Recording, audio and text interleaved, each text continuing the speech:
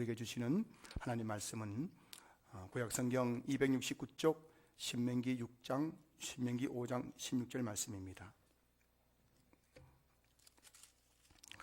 신명기 5장 16절 말씀.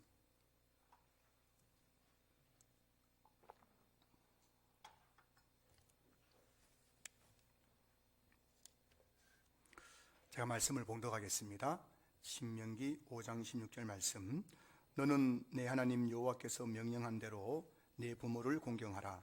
그리하면 내 하나님 여호와가 내게 준 땅에서 내 생명이 길고 복을 누리리라. 아멘. 할렐루야. 할렐루야. 반갑습니다. 여러분, 우리 서로 인사 나누시겠습니다. 옆에 계신 분, 앞뒤에 계신 분에게 할렐루야, 반갑습니다. 인사 좀 나누세요. 반갑습니다.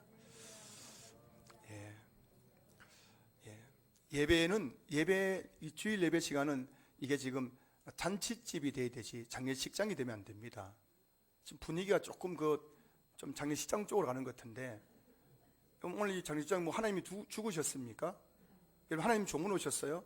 아니시죠? 하나님 지금 살아계시고 지금 우리는 보이지 않지만 영적인 천국 잔치가 벌어졌습니다. 이 거룩한 주일요. 그래서 여러분들 조금 마스크 썼지만 눈웃음이라도 좀 보세요. 눈웃음 치면서 옆에 계신 분에게, 눈웃음으로 옆에 계신 분에게 반갑습니다, 사랑합니다, 축복합니다, 은혜 많이 받으세요 인사하시기 바랍니다.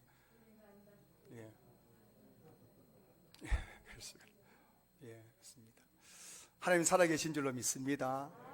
여러분, 이 지구, 이 땅에서는 지금 코로나 바이러스 때문에 전 세계적으로 지금 침울한 분위기 가운데 있지만, 지금 또 천국에서는 코로나 바이러스와 상관없는 천국 잔치가 펼쳐지고 있고, 우리 하나님께서 저와 여러분들을 기다리고 계신 줄로 믿습니다. 그래서 여러분, 조금만 생각 바꾸면 여러분, 우리 현실 속에서 감사하고 기뻐할 수 있는 줄로 믿습니다.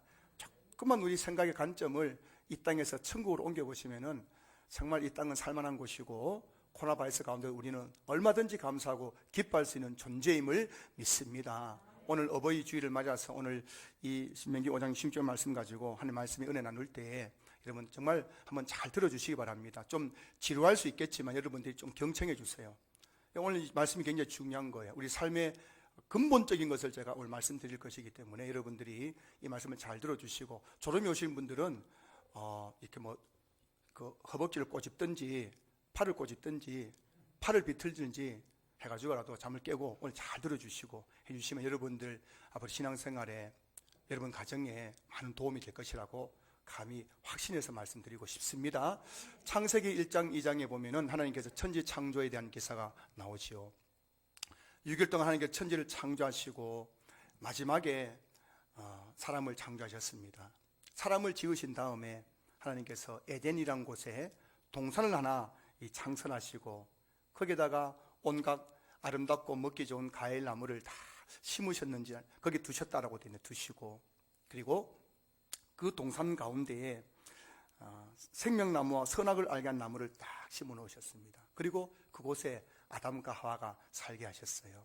여러분 상상해 보세요. 이렇게 동산이 있는데 동산 크기는 얼마인지 모릅니다. 그 동산에 각종 아름답고 먹기 좋은 가실나무가 막 펼쳐져 있고 심어져 있고, 거기에다가 주렁주렁 사시사철 막 과일이 막 빨주노초 파남보 아름다운 과일이 주렁주렁 열려 있고, 아담과 하와는 늘 그것을 먹으면서 풍성한 삶, 풍족한 삶을 살았습니다. 그런데 그 동산 중앙에는 하나님께서 생명나무와 선악을 알게 한 나무를 딱 심어 넣었다는 거예요.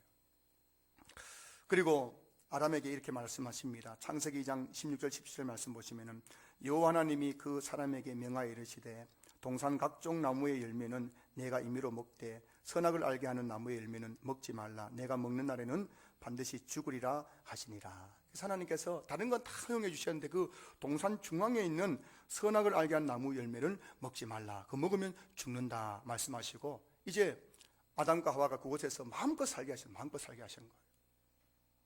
아담과 하와가 그 에덴 동산에서 얼마나 행복하게 살았을 것인지 여러분 상상 가시죠? 거기서 부족함이 없는 거예요. 사실 내가 죽으리라는 말씀, 그걸 먹으면 죽으리라는 말씀 속에서 아담과 하와에게는 죽음이 없었습니다. 아담과 하와에게는 죽음도 없고 질병도 없고 두려움도 없고 시기 질투도 없고 이런 완벽한 그 에덴 동산의 삶을 누렸습니다. 자, 그런데 아담과 하와가 늘 에덴 동산에서 살면서 그 동산 중앙을 지날 때마다, 중앙이라면 제일 잘 보이는 것 아닙니까? 중심 아닙니까? 그는 아담과 매일매일 동산을 바라볼 때마다 그 중앙에 있는 선악을 알게 나무를 보게 되었을 것 아닙니까? 근데 그 나무를 볼 때마다 아담과 하와는 먼저 누굴 생각했겠습니까? 하나님을 생각하게 된 거죠. 하나님은 나를 창조하신 분이고 나는 하나님의 피조물이라는 것을 늘 생각한 거예요. 하나님을 생각하고 그 다음에 그 선악을 알게 한 나무를 보면서 뭘 또 생각한 겁니까? 하나님의 말씀을 생각한 거예요. 하나님께서 이거 먹으면 죽는다고 했지. 말씀을 생각한 거예요. 하루에도 몇 번씩 아담과 하와는 그 동산에서 거닐면서 동산 중앙에 딱 세워져 있는 그 선악을 알게 한 나무를 보면서 하나님을 생각하고 하나님의 말씀을 생각하며 살았는데, 그러면서 점점 그 아담과 하와의 삶 속에서 뭐라고요? 하나님이 그 마음의 중심, 삶의 중심의 자리를 딱 잡게 되었다는 거예요. 선악을 알게 한 나무를 하나님께서 동산 중앙에 심어준 이유는 아담과 하와가 늘 하나님을 중심으로 살아가라고 그렇게 딱 심어 놓은 거예요. 선악을 알게 한 나무 열매 자체에 무슨 어떤 능력이라든가 어떤 무슨 게 있는 것이 아니라 그 나무를 통해서 아담과 하와가 늘 하나님 중심으로 살아가라고 그렇게 선악을 알게 한 나무를 딱 심어 놨다는 것이죠. 그 나무를 보면서 아담과 하와는 하나님을 생각하고 하나님 말씀을 생각하면서 하나님 중심적인 삶을 살았던 거예요. 그런데 어느 날 아담과 하와는 하나님을 삶의 중심에 두기를 거부하고 선악과를 따먹음으로써 하나님 중심적인 삶에서 벗어나게 된 거예요. 이게 바로 죄의 시작이죠. 여러분, 죄가 뭐냐면은, 죄라는 것은 하나님 중심적인 삶에서 벗어나는 것들이 다 죄라는 거예요. 하나님이 내 삶의 중심에 딱 잘 잡고 있도록 하나님 우리를 창조하셨는데 거기서 벗어나는 것, 그것이 바로 죄인 것이죠. 그래서 그 죄의 결과로 아담과 하와는 죽음을 경험하게 되었고 에덴 동산에서 쫓겨나게 되었지 않습니까? 거기서부터 인간의 불행이 시작된 거예요. 자, 여러분, 왜 사람들이 불행할까요? 왜 여러분들이 불행합니까? 그 이유는 딱 한 가지예요. 우리 삶에서 하나님 중심적인 삶에서 벗어나기 때문에 우리 인간은 불행한 거예요. 여러분이 불행한 이유는 돈 때문에, 건강 때문에, 뭐 때문에 하지만은 그 근본적인 것은 내 삶의, 내 마음의 중심에서, 내 삶의 중심에서 하나님을 버렸기 때문에 내가 지금 이렇게 불행하다는 것을 성경은 우리에게 분명하게 말씀해 주고 있는 것입니다. 출애굽기를 보면 하나님께서 출애굽한 이스라엘 백성들에게 광야 시내산에서 모세를 통해서 율법을 주셨습니다. 그리고 그 율법의 핵심은 바로 십계명이죠. 근데 여러분, 십계명에서 1부터 4까지 계명은 하나님에 대한 계명이고 5에서 10까지 계명은 인간에 대한 계명이죠. 그런데 하나님에 대한 계명을 하나하나 놓고 보면 그 모든 계명들이 뭐와 관련되는가 하면은 하나님 중심적인 삶을 살라는 것과 관련되어 있다는 겁니다. 신명기 5장 7절 말씀 보면은 나 외에는 다른 신들을 내게 두지 말라. 이게 제1계명이잖아요. 너는 나 외에 다른 신들을 내게 두지 말라. 무슨 말씀이에요? 나 외에는 다른 것을 그 마음, 삶의 중심에 두지 말라는 겁니다. 하나님만 그 삶의 중심, 마음의 중심에 딱 두라는 것입니다.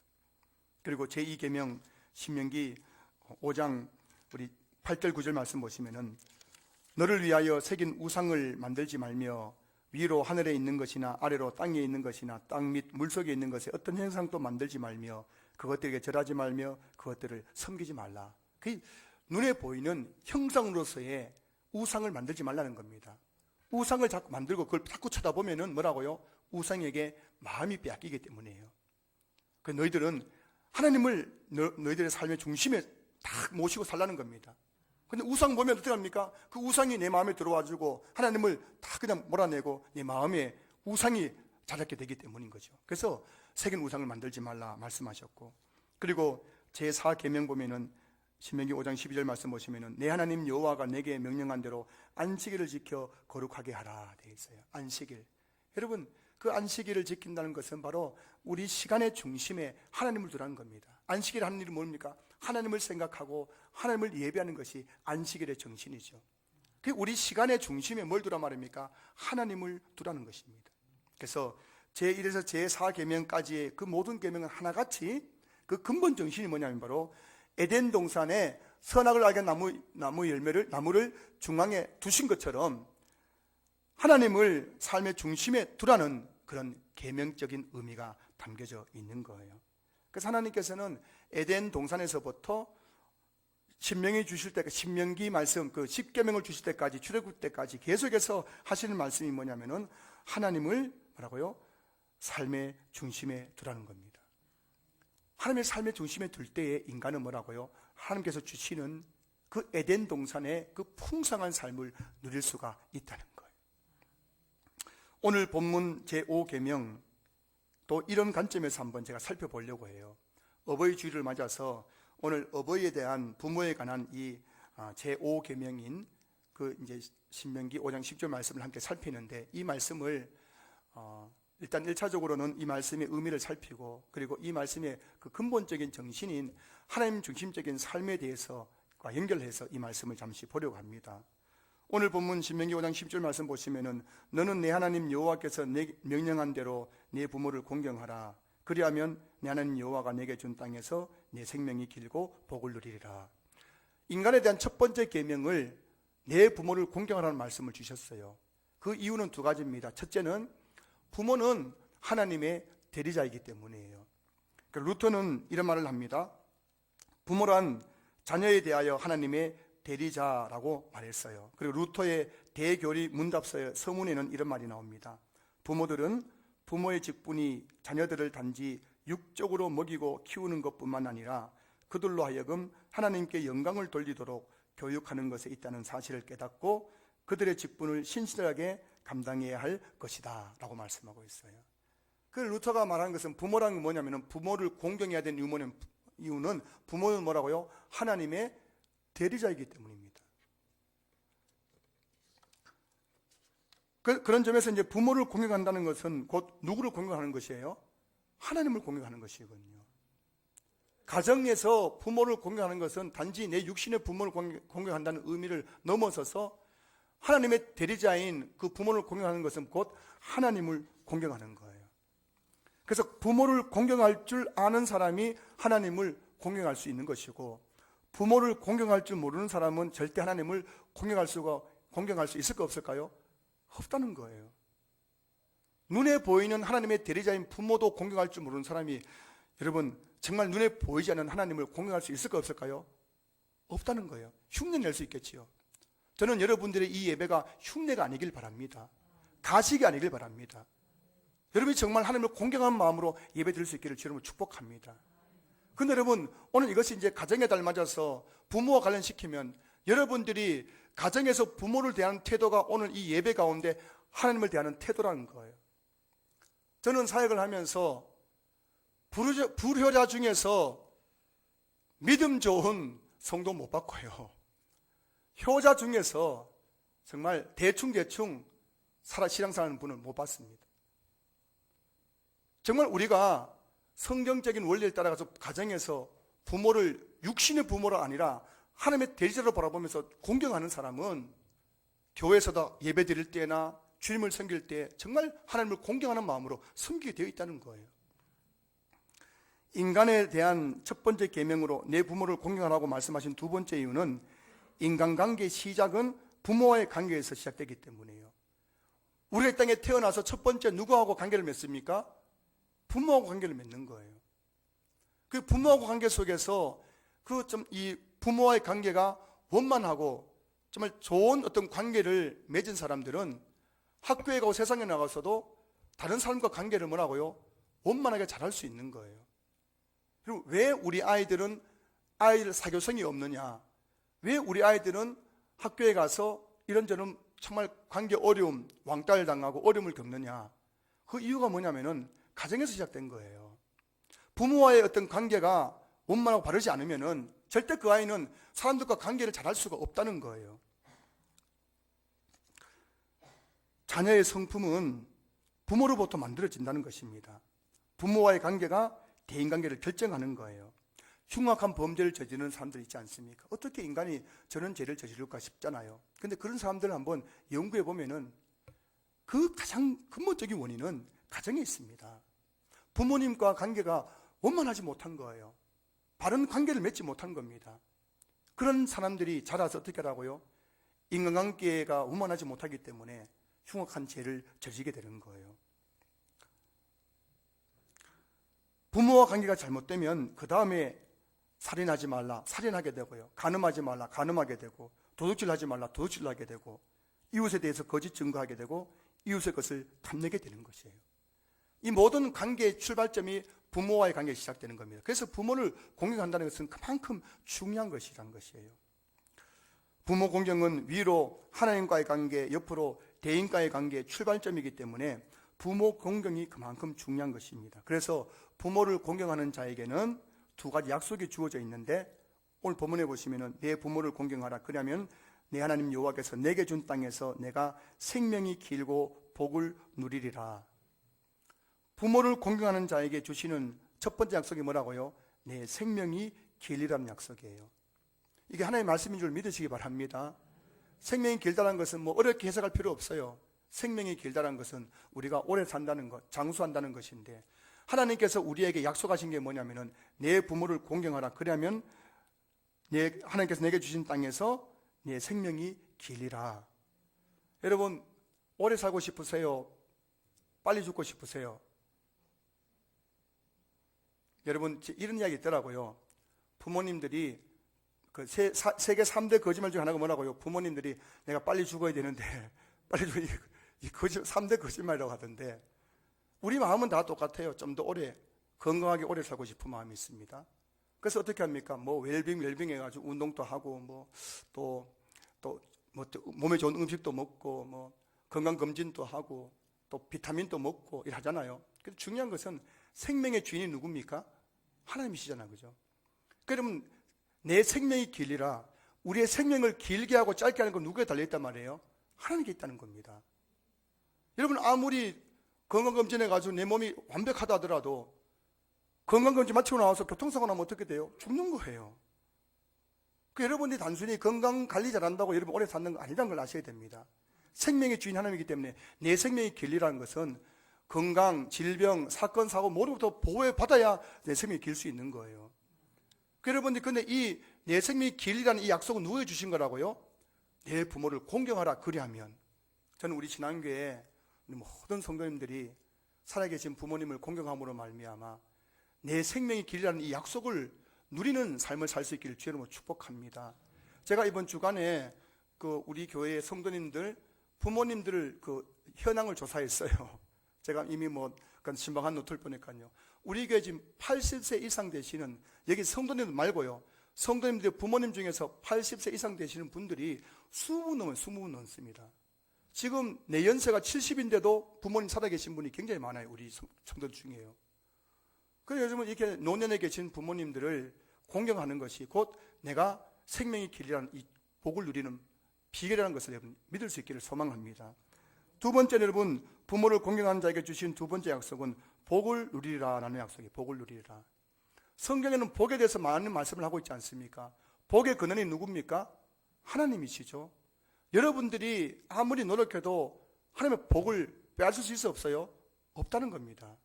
여러분들이 복을 만들 수 없어요. 여러분들이 복을 창조할 수 없습니다. 복은 어디서부터 오는 거예요? 하나님으로부터 오는 것입니다. 그 우리가 복을 누리는 방법이 뭐냐면 그것은 바로 내 부모를 공경하라. 그러면 내가 복을 누리리라. 부모를 공경하는 자에게 하나님께서 약속하신 복을 주시겠다고 약속해 주셨어요. 사랑하는 성도 여러분, 하나님의 말씀은 진리인 줄로 믿습니다. 하나님의 말씀이 진리라는 것은 의미는 하나님의 말씀이 우리 삶에 그대로 적용된다는 것이에요. 이루어진다는 것입니다. 저는 우리 신앙교회 모든 성도님들이 부모를 공경하는 자에게 주신다는 이 두 가지 약속을 늘 누릴 수 있기를 주의 이름으로 축복합니다. 내 생명이 길리라, 복을 누리라. 이 약속을 받아 누리는 우리 모든 성도들 될 수 있기를 주의 이름으로 축원합니다. 자, 근데 오늘 제가 진짜 하고 싶은 말씀이 여기서부터 시작되는 거예요. 부모 공경에 대한 말씀은 여러분들이 늘 익히 들으셨고 또 그렇게 삶 속에 실천하고 있는 줄로 믿습니다. 근데 여러분, 이 부모 공경이란 것은 더 넓은 의미에서 보면은 하나님 공경 안에서 부모 공경이 이루어져야 그때 내 생명이 길고 복을 누리라는 것을 우리가 누릴 수 있게 되는 거예요. 그냥 부모님만 공경하면 되는 것이 아니라 하나님 공경이라는 그 테두리 안에서 우리가 부모님을 공경할 때 약속하신 이 두 가지 약속이 우리 삶 속에 이루어지게 된다는 것이죠. 10계명의 구조를 다시 보면은 1부터 4까지 계명은 하나님에 대한 계명이잖아요. 이게 먼저라는 것입니다. 하나님의 계명이 먼저이고 그 다음에 인간의 계명인 내 부모를 공경하라가 그 다음이란 것입니다. 이건 뭐냐면 우선순위의 문제예요. 누가 우선이란 말씀입니까? 하나님이 우선이고 그 다음이 뭐라고요? 부모라는 거예요. 이걸 오늘 본문에 에덴 동산의 선악의 나무로 함께 연결시키자면은 우리 삶의 중심에 부모가 있으면 안 되고 누가 있어야 된단 말입니까? 하나님이 계셔야 된다는 거예요. 내 삶의 중심에 하나님이 계시고 그 가운데에 부모를 공경할 때 그리하면 하나님께서 내게 준 땅에서 내 생명이 길고 복을 누리라는 이 말씀이 약속이 이루어지게 된다는 것이죠. 이제 이것을 신약 성경에서도 동일하게 말씀하고 있습니다. 에베소서 6장 1절부터 3절까지 말씀 보시면은 자녀들아 주 안에서 너희 부모에게 순종하라. 이것이 옳으니라. 내 아버지와 어머니를 공경하라. 이것은 약속이 있는 첫 계명이니 이로써 내가 잘되고 땅에서 장수하리라. 지금 바울의 말입니다. 바울이 뭐라고 하고 있습니까? 자녀들아 주 안에서 너희 부모에게 순종하라. 이것이 옳다는 겁니다. 주 안에서 내 아버지와 어머니를 공경하라. 이것이 약속이 있는 첫 계명이라는 것입니다. 이로써 내가 잘되고 땅에서 장수하리라. 주 안에서란 이 말은 우선순위에 관한 거잖아요. 우선순위, 주 안에서. 그리고 삶의 중심의 문제인 거예요. 하나님을 우리 삶의 중심에 두고 부모님을 공경할 때에 이로써 내가 잘되고 땅에서 장수하리라는 것입니다. 여러분, 우상이란 무엇입니까? 우상이란 하나님이 아닌 다른 것을 내 마음의 중심, 내 삶의 중심에 모시는 것이 바로 우상이에요. 우상이란 그냥 뭐 부처상을 집에다 갖다 놓는 것이 우상이 아니고요. 우상이라는 것은 내 하나님 아닌 다른 것을 내 마음의 중심, 내 삶의 중심에 모셔놓는 것, 그것이 우상이라면은 오늘 여기 있는 저와 여러분들은 지금 우상 숭배하고 있을까 안 할까요? 하고 있는 분이 굉장히 많다는 거예요. 여러분 마음에 하나님보다 더 우선되는 것, 더 중심에 있는 것, 여러분의 삶에 하나님보다 더 우선되는 것, 중심에 있는 것, 그것은 엄연히 우상이라는 거예요. 우상. 한 가지 예를 들어볼까요? 자, 오늘 이 시간 예배 드리는데 갑자기 따르릉 전화벨이 울렸습니다. 따르릉이 아니죠, 여러분요. 띠디디디 뭐 신기한 그 음이 전화벨 소리가 들립니다. 자, 그 전화를 받았습니다. 근데 지금 저 멀리 있는 그 아들 내외, 딸 내외가 지금 어버이날이라고 지금 부모님 찾아온다고 지금 딱 지금 집에 와 계세요. 여러분 집에 와 계십니다. 지금 와가지고 지금 문 앞에서 지금 전화한 거예요. 엄마 나와서 아버지 제가 왔어요 한 겁니다. 자, 여러분 지금 여러분 어떻게 하시겠습니까? 지금 여러분 자녀분들이 어버이날이라고 지금 선물 보따리 들고 양손에 들고 문 앞에 와 계세요. 여러분 어떻게 하시겠어요? 지금 제인데 그냥 눈인사하고 나가시겠습니까? 아니면 계속 끝까지 예배 드리시겠습니까? 진짜 전화벨 울려봤으면 좋겠어요. 여러분 멀리서 어버이날 부모 찾아온 자식이 더 우선입니까? 오늘 이 주일 예배 드리는 게 더 우선입니까? 그럼 솔직하게 말씀해 보세요. 뭐가 더 우선입니까? 여러분에게. 성경은 멀리서 부모 찾아온 자식이 우선이 아니라 주일 예배가 더 우선이라고 말씀하고 있는 거예요. 여러분들이 이 주일 예배보다 더 중요한 거 없어요. 이 주일 예배는 뭘 의미하느냐? 하나님, 내 삶의 우선순위는 하나님이십니다. 내 삶의 중심은 하나님이시다. 고백이 바로 이 주일 예배라는 것이군요. 이 주일 예배 빼고 여러분 뭐로 여러분의 믿음을 하나님께 증명할 수 있겠습니까? 여기 계신 분 중에서 태반이다 주일 예배 한 번밖에 교회에 못 나오신 분들인데요. 여러분 주일 예배도 안 드린다면 여러분들 무엇으로 여러분 믿음을 하나님께 증명하시겠습니까? 그래요. 이 주일 예배는 하나님 내 삶의 중심은 하나님이십니다. 내 마음의 중심에는 하나님이 계십니다는 고백인 거예요. 그런데 이 예배 드리다가 아들 왔다고 딸 왔다고 뛰쳐나가면 그분의 마음속엔 이미 아들이 우상인 거예요. 딸이 우상인 거예요.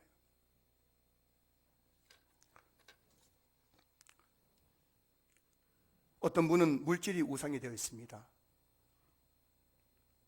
돈 앞에는 사족을 못 쓰는 거예요. 돈 때문에 예배 못 드려요. 돈 때문에 교회 봉사 못 돼요. 돈 때문에 말씀도 없습니다. 아무리 말씀해도 돈 때문에 그 말씀하고 상관없는 삶을 살아가죠. 이미 그분은 돈이, 물질이 우상인 거예요. 어떤 분은 직장이 우상입니다. 목사님 직장 때문에 예배드릴 시간 없어요. 성경 읽을 시간 없어요. 기도할 시간 없어요. 여러분, 하나님께서 우리를 창조하실 때 직장 때문에 예배드릴 시간도 없고 기도할 시간도 없고 말씀 할 시간도 없도록 우리를 창조하신 거 아니잖아요.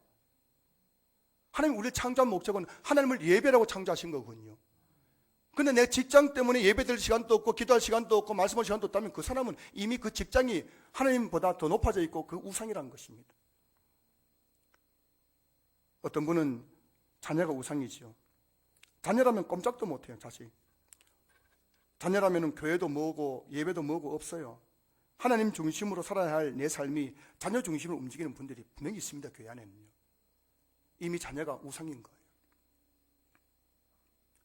성경에는 이스라엘 백성들이 하나님 중심, 성전 중심, 교회 중심을 살라고 말씀하셨거든요. 이게 우리 삶의 우선순위고 이 삶의 어떤 질서입니다. 그런데 여러분, 우리 삶이 하나님 외에 다른 것으로 내 삶이 움직여가고 있다면 그것은 바로 우상이에요. 우상. 어떤 분은 부모가 우상입니다. 부모 때문에 주님께 드려야 할 시간, 주님께서 맡기신 사명을 제대로 감당하지 못하는 분들이 있어요. 부모 때문에 여러분 아직 조상제사 못 끊는 분도 있고요. 부모 때문에 주일마다 예배 못 드리는 분도 있습니다. 이거 부모가 우상입니다. 지난 저희 어머니께서 이제 그 생사를 건 수술을 하시고 이제 퇴원하셨어요. 4월 26일 퇴원하시고 이제 요양원에 가셨는데 5월 1일 이제 토요일입니다. 토요일 오후 1시경에 그 어머니가 계신 요양원에서 전화가 왔어요. 어머니가 일주일 내내 식사를 제대로 못하고 있다는 그런 연락이 온 거예요. 다시 병원에 가야 될지 지금 지켜보고 있다고 연락을 받았는데 그 전화를 받고 나서 그 오후 이제 토요일 오후 1시는 저에게 정말 주일 준비하는 가장 중요한 시간이거든요.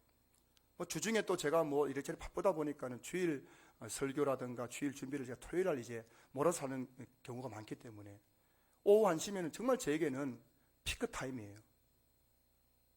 근데 전화 받고 나서 제 머리가 하얘지고 노래지고 멍해지고 온몸 힘이 쭉 빠지고 이 성경 보고 있는데 성경이 눈에 안 들어오는 거예요. 그 소위 말해서 그날 제가 5월 1일이죠. 지난주가 5월 2일 주일날입니다. 5월 1일 날 오후 1시부터 해서 제가 사실 제 머리가 지금 목통이 돼가지고 주일 준비를 못했어요. 그래서 제가 막 정말 그날 너무너무 힘들게 이제 해가지고 그 다음날 5월 2일 주일 예배를 마쳤어요. 정말 여러분에게 죄송한 말씀입니다. 근데 마치고 나서 제가 월요일 이제 저녁 기도회 시간에 그 이야기를 했어요. 간증을 했어요. 사실 제가 그 토요일 날 그 요양원에서 전화가 왔는데 그 전화 받고 나서 너무너무 마음이 막 지금 힘들고 머리가 노래지고 하얘지고 멍해지고 해가지고 설교 준비 못하고 제대로 설교 준비 못해가지고 주일날 내가 예배를 드렸습니다. 여러분, 지금 어머니가 아픈데 그 제가 물었어요. 거기 계신 분 한 10분쯤 오시거든요. 우리 저녁 기도에 오신 분들에게 이렇게 물었습니다. 여러분, 어머니가 일주일 내내 식사를 못하는데 목사 아들인 제가 지금 설교가 뭐고 눈에 들어오겠습니까? 여러분, 제 심정 이해하시죠? 그래서 물었는데 거기 앉아 계신 분들이 한 분도 동의를 안 해주시는 거예요. 제가 굉장히 좀 놀랐습니다. 사실 제가 한번 여러분에게 여쭤볼게요. 성도 여러분, 지금 제 어머니가 아파서 밥을 못 먹고 있는데 제가 지금 여러분 이 주일날 이 설교가 이게 되겠습니까? 여러분 제 마음 이해하시죠? 예, 감사합니다. 자, 근데 여러분 이제 그리고 나서 이제 그 다음날 화요일이 됐는데 화요일 그때 예배 참석했던 한 분이 저에게 문자를 주셨어요. 그 내용이 이런 내용을 한번 들어보세요. 어제 강단에서 어머니가 그러신데 설교 준비가 되겠냐고 동의를 구하셨지만 모두 선뜻 답변을 못한 이유가 그래도 목사님이시잖아요. 목사님은 설교뿐만 아니라 살아있는 하나님의 대언자시며 삶 속에서 주의 굳건한 용사의 가치를 목도하기를 바라는 가치 기준이 있는데 그래서 이렇게 말한 거예요. 이젠 목사님들의 모습에서 그런 기대를 하는 것 자체가 지나친 기대들이라고들 합니다. 요즘 성도들이 목사에게 아이고 목사 다 그렇지 뭐 목사에게 뭐 그런 걸 뭐 기대하겠어, 이런 이야기 하는 것이 성도들이 이야기를 합니다. 상식의 기준에서 납득되지 않는 것도 성도의 몫이기까지 하니까요. 목사가 상식으로 납득이 안 되는데도 불구하고 그것을 받아들이는 것이 성도의 몫이라고 하는 것, 이게 오늘날 시대의 모습 아니겠습니까? 이 문자를 받고 제가 진짜 회개를 많이 했어요. 이게 지금 사람의 그 어떤 문자가 아니라 하나님께서 저에게 주시는 그 경고의 메시지처럼 들렸습니다. 예수님께서 누가복음 14장 26절에서 이런 말씀하고 있죠. 무릇 내게 오는 자가 자기 부모나 처자와 형제와 자매와 더욱이 자기 목숨까지 미워하지 아니하면 능히 내 제자가 되지 못하고 라고 말씀하셨거든요. 예수님께서 부모, 처자, 형제, 자매, 자기 목숨까지 미워하지 않으면 능히 내 제자가 못 된다. 부모를 미워해야 된대요. 예수님 제자가 되려면요. 처자식을 미워해야 된대요. 그 말의 의미가 뭘까요? 그거가 중심의, 삶의 중심의 문제 아니겠습니까? 우선순위의 문제 아니겠습니까? 내가 예수님의 제자가 된다면서도 내 마음의 중심에 부모가 있다면 그 사람은 예수님을 제자가 될 수 없죠. 내 마음의 중심에 처자식이 막 가득 차 있다면 그 사람 예수님의 제자가 될 수 없겠죠. 목사 어머니가 아픈 것과 목사가 설교 준비하는 것은 별개의 문제여야 되는 거군요. 어머니가 아픈 것 때문에 목사가 설교 죽 썼다고, 설교 준비 못했다는 것은 변명의 여지가 없는 것이거든요. 만약 어머니 아픈 것 때문에 아들 목사가 설교를 준비하지 못했다면 이미 그 목사의 마음에 어머니가 우상이 되어 있다는 거예요. 이걸 하나님께서 저에게 깨우쳐 주신 거예요. 우리 선배 목사님들은 부모님이 조상이 나도 주일에 강단을 지켰습니다. 초장집에 안 가고 강단 지켰어요. 어떻게 인간이 그럴 수 있나 싶지 모르지만 그게 여러분 삶의 중심의 문제고 우선순위의 문제인 거군요. 하나님께서 창세기에서부터 계속해서 우리에게 말씀하신 게 뭐냐면은 우리 삶의 중심에 하나님 외에 다른 것을 두지 말라는 것입니다. 이것이 잘못되면 그때부터 우리가 불행해지기 시작하기 때문인 거예요. 선악을 알게 한 나무를 동산 중앙에 두신 이유는 그 선악을 알게 한 나무를 보면서 하나님 중심으로 살고 하나님 말씀 중심으로 살아갈 때 아담과 하와는 에덴 동산의 풍성한 삶을 누릴 수 있기 때문인 겁니다. 성도님, 여러분들이 이 땅을 살아가면서 정말 하나님께서 주시는 그 풍성한 삶을 누리시려면은 여러분들의 삶의 중심, 마음의 중심에 하나님이 계셔야 되는 사실을 여러분 믿을 수 있기를 주의 이름으로 축복합니다. 창세기 22장을 보면 하나님께서 아브라함을 시험하십니다. 창세기 22장 1절 말씀 보시면 그 일 후에 하나님이 아브라함을 시험하시려고, 자 그리고 2절 보시면 여호와께서 이르시되 내 아들 내 사랑하는 독자 이삭을 데리고 모리아 땅으로 가서 내가 내게 일러준 한 산 거기서 그를 번제로 드리라. 하나님께서 시험하신 내용이 뭐냐면은 이거예요. 내 아들 내 사랑하는 독자 이삭을 번제로 드리라는 겁니다. 그럼 번제가 뭔지 아시죠? 짐승을 죽여가지고 그것을 태워서 드리는 제사가 번제거든요. 내 사랑하는 아들 독자 이삭을 번제로 드리라는 겁니다. 100세 주셨잖아요. 100세에 100살 때 주신 그 아들을 번제로 드리라는 겁니다. 왜 그렇게 잔인한 걸 요구하셨을까요? 하나님께서요. 이 시험은 여러분 아브라함의 우선순위, 삶의 중심을 묻는 시험이었습니다. 내 사랑하는 독자 이삭, 내 사랑하는 아브라함에게 사랑해야 될 첫 번째 대상이 누굽니까? 아브라함이 가장 우선적으로 사랑해야 될 대상이 누구예요? 하나님이죠. 하나님. 이삭이 아니란 말씀입니다. 여러분 인생에서 가장 사랑해야 될 대상은 자식도 배우자도 아닌 부모도 아닌 하나님이신 줄 믿으시기 바랍니다. 그런데 여러분 아브라함이 이삭이 태어나기 전에는 하나님을 가장 사랑했습니다. 아내 사레보다도 더 사랑했고요. 아브라함의 삶의 중심에는 하나님이 계셨습니다. 그런데 이삭이 태어나자 어떻게 했습니까? 아브라함 마음에 왕자에 있던 하나님은 저 밑으로 내려가고 그 마음에 왕자에 누가 모시게 된 거예요? 이삭을 마음의 왕자에 모시고 그 삶의 중심에 이삭이 딱 자리 잡게 되는 거예요. 아브라함은 무엇을 하든지 이제는 이삭을 먼저 생각한 거예요. 하나님 먼저 생각해야 되는데, 그래서 하나님께서 어떻게 한 겁니까? 그 삶의 우선순위, 삶의 중심이 바뀌어버린 아브라함을 뭐라고요? 시험하신 거예요. 네가 정말 누구를 더 사랑하느냐? 너의 삶의 우선순위가 무엇이냐? 너의 삶의 중심이 나이냐 이삭이냐? 그걸 지금 묻고 있는 겁니다. 하나님께서 왜 아브라함을 믿음의 조상으로 선택하셨습니까? 죄악이 간영한 그 세상 속에서 모든 사람들이 하나님을 마음에 두기를 거부하고 죄를 짓는 그 죄악된 세상 속에서 아브라함을 선택해서 그 아브라함을 통해서 하나님을 삶의 중심으로 살아가는 민족을 만들고자 아브라함을 선택한 거예요. 그런데 그 아브라함이 지금 뭐라고요? 하나님 중심적인 삶에서 이삭을 그 마음의 왕자에 모시고 살고 있기 때문에 하나님께서 아브라함을 시험하게 되었다는 것입니다. 산성도 여러분, 우리 마음의 중심, 삶의 중심에 하나님 외에 다른 것이 있으면 그것은 바로 우상이라는 것을 여러분 꼭 기억하시기 바랍니다. 여러분들이 무슨 신주 딴지 못 놓는다고 우상 숭배하는 것이 아니라 여러분의 마음에 하나님보다 더 높아져 있는 것, 더 사랑하는 것, 더 우선순위가 된 것이 있으면 그것이 이미 여러분에게는 우상이에요. 그리고 그런 우상이 있으면 하나님께서 반드시 우리를 시험하신다는 것도 아셔야 됩니다. 자녀가 우상이 된 사람에게는 자녀를 통해 반드시 시험하십니다. 물질이 우상이 된 사람은 반드시 물질 가지고 여러분 시험하시는 거예요. 부모가 우상이 된 사람은 반드시 부모 가지고 시험하십니다. 저의 경우고요, 저의 경우.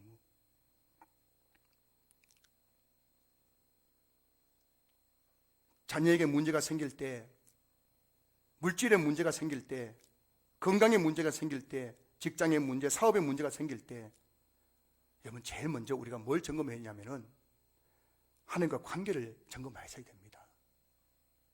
지금 내 삶의 우선순위가 무엇이냐? 지금 내 삶의 중심에 누가 있느냐? 그걸 살펴보셔야 돼요. 여러분의 삶의 우선순위가 하나님 외에 다른 것이라면, 그리고 여러분의 삶의 중심에 하나님 외에 다른 것이 딱 잘 잡고 있다면은 그때 하나님 반드시 그거 가지고 시험하시는 거예요. 여러분의 삶에 문제가 생기고 어려움이 생길 때에 여러분들이 내 자신의 하나님과 관계를 점검하면서 다시 한번 내 마음의 중심에, 내 삶의 중심에 하나님을 모시기만 하면 여러분이 지금 당하고 있는 그 모든 고난과 어려움은 반드시 해결된다는 사실을 여러분 믿을 수 있기를 주님으로 축복합니다. 에덴 동산에서부터 지금까지 하나님께서 우리에게 요구하시는 것은 단 한 가지입니다. 하나님이 우리 삶의 중심이 되어야 된다는 겁니다. 이 하나님의 삶의 중심이 된 다음에 부모를 공경하는 자에게 하나님께서 생명이 길고 복을 누리는 그 역사를, 약속을 이루어 주시는 거예요. 예수님께서 마지막에 이제 마지막 말씀을 결론합니다. 예수님께서도 동일한 말씀하셨죠. 마태복음 6장 31절부터 33절까지 말씀 보시면은, 그러므로 염려하여 이르기를 무엇을 먹을까, 무엇을 마실까, 무엇을 입을까 하지 말라. 이는 다 이방인들이 구하는 것이라. 너희 하늘 아버지께서 이 모든 것이 너희에게 있어야 할 줄을 아시느니라. 그런즉 너희는 먼저 그의 나라와 그의 의를 구하라. 그리하면 이 모든 것을 너희에게 다 하시리라. 지금 예수님 당시에 세상 사람들은 그 마음의 중심에 물질이 있었습니다. 무엇을 먹을까, 무엇을 마실까, 무엇을 입을까. 그 예수님 당시에 세상 사람들의 그 삶에는 물질이 삶의 중심이 되었고 물질이 그들의 우상이 되었어요. 그래서 늘 그들은 물질 때문에 염려하며 살았던 겁니다. 지금도 마찬가지죠. 예수님 때만 그렇습니까? 지금도 사람들 모이면 다 돈 이야기 하는, 돈 이야기, 부동산 이야기, 뭐 젊은 사람들 비트코인 이야기, 뭐 주식 이야기. 한며 지금 우리 중학교 2학년 우리 아들도 지금 주식 투자한다고 지금 난리예요. 지금 저보고 좀 투자 좀 하랍니다. 지금 이런 시대를 살아가고 있는 거예요. 모든 것이 그냥 물질로 평가되는 시대, 물질 때문에 울고 웃는 시대. 지금 이 시대는 여러분 물질이 모든 사람들의 마음에 우상이 되어 있는 거예요. 삶의 우상이 되어 있는 겁니다. 그런 시대를 바라보면서 예수님께서 제자들에게 뭐라고 말씀하셨습니까? 무엇을 먹을까, 무엇을 마실까, 무엇을 입을까 염려하지 말라. 이는 다 이방인들이 구하는 것이라. 이방인들, 세상 사람들이 구하는 것이 뭐라고요? 물질이에요, 물질.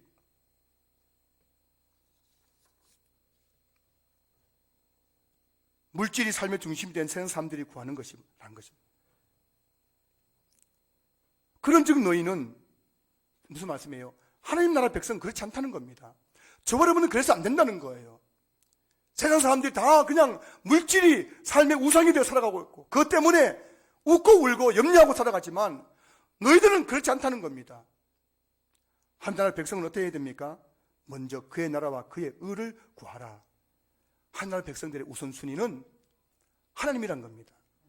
하나님 백성들의 우선순위는, 삶의 중심은 하나님이 되어야 된다는 거예요.